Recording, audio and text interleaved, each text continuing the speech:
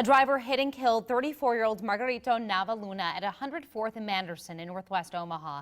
Good evening, I'm Jennifer Griswold. And I'm Craig DeGrelli. After a night of heavy boozing Friday night at Bogey's, investigators believe 27-year-old Edwin Elvir Palma got behind the wheel of a car and slammed into his drinking buddy from the bar.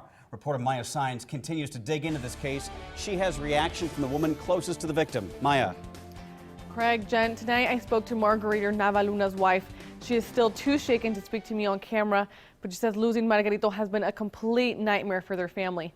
She says Navaluna was a loving husband and father and will be greatly missed, especially by his children. Veronica Reyes, Navaluna's wife, says her husband was a hard worker and dedicated his time to cleaning railroad tankers. The rest of his time, he was a devoted husband and father to his 4 children, Alicia, Derek, Iker, and Manuel. Reyes says he loved being outdoors and frequently took the family out to play in the snow, fish at the lake, or on walks to the park. He was an active father who celebrated all of his victories, whether that be a Barcelona soccer win or his daughter's most recent accomplishment, winning first place and a bike at one of her school's contests.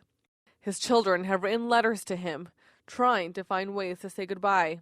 Reyes says her husband was one of the greatest people she has ever met and hopes justice can be found in her husband's death, a death she says was not an accident but intentional, claiming there were no tire brake marks on the streets, only her husband's blood. For the sake of her kids, Reyes hopes police continue on with the investigation and hold Edwin Elvir Palma in Nebraska and not send him back to Honduras.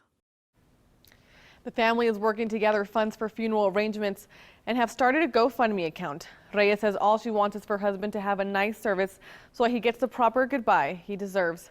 We'll have that link up on our website, KMTV.com. Reporting live from the studio, Maya Sines, KMTV Action 3 News. Tonight, the